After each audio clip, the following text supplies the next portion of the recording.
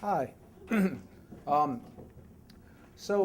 My dirty laundry story is a little bit different. I had this opportunity in 2005. I graduated in 1995. So after 10 years, I found out that my high school destroys your permanent record, which is probably a good thing for everybody, right?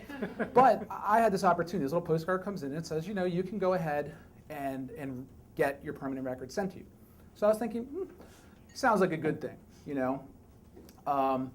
I didn't know what would be in there. Had a couple friends who got theirs, and theirs said stuff like, well, talented, precocious, doesn't pay attention in class, whatever. So I'm thinking that's probably a good thing for me to find out, what did they think of me? Maybe I was, outrageously good looking, maybe I was like, maybe I was Kevin Costner in 6th grade or something. I don't know. So I'm thinking that, and so I should probably back up a little bit because I, as an adult, sort of pride myself on being fairly calm. I had 2 kids. They test your patience. And then I was thinking to myself, well, I'm a pretty calm person. And in my family, it probably comes from my family. So in my family, there was a lot of abuse. I had this uncle I loved. I mean, he taught me how to make paper airplanes, and I loved him so much I hung on his leg when I was a kid because I didn't want to go home. And we found out that he was actually a pedophile. And he hurt a lot of my cousins, and including my sister. He was a pretty bad person. He's registered in Pennsylvania as a sex offender. Now, I wasn't targeted, and same thing, my father's father, he also, he came back from Korea, he became an alcoholic, and he was physically and verbally abusive. I never met him. So I guess when I was growing up, I always felt like there was a lot of turmoil going on all around in my family, but I wasn't part of it. There was like a hurricane, right? So a hurricane goes around and it destroys things in its path.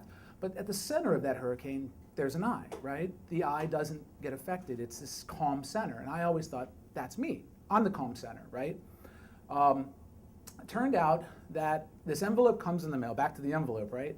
And the envelope comes into this mail, and it's a manila envelope. It doesn't look that interesting. It's very thin. So I open it up, and there are 2 clinical reports, one from November 88 and one from February 89. So I was in 6th grade, and it turned out that when I was scanning down the page, I'm looking for these keywords, talented, smart, funny, whatever. It turned out that I was labeled by the staff as the 6th grade equivalent of a street person.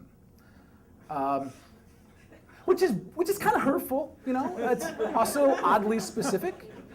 And it said that I suffered from the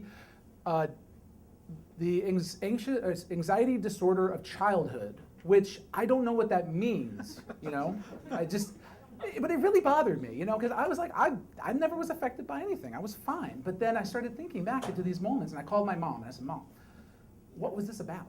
And she says to me, well, they pulled you aside. You probably don't remember this, but they pulled you aside and they said, they wanted to do these tests. The staff thought you were very upset all the time.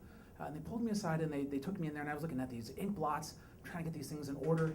And then I remembered all of these things that I thought I didn't know about, or just, I guess I repressed them a little bit. And so I remembered being in there with these clinical psychologists and being completely terrified. I didn't know if everybody did these tests. I didn't know if I was the only one. But what I realized was that these people were the same people who had been treating my family, 50-minute hours for like a decade, and we never seemed to get better. And for me, that was a really tough thing to realize.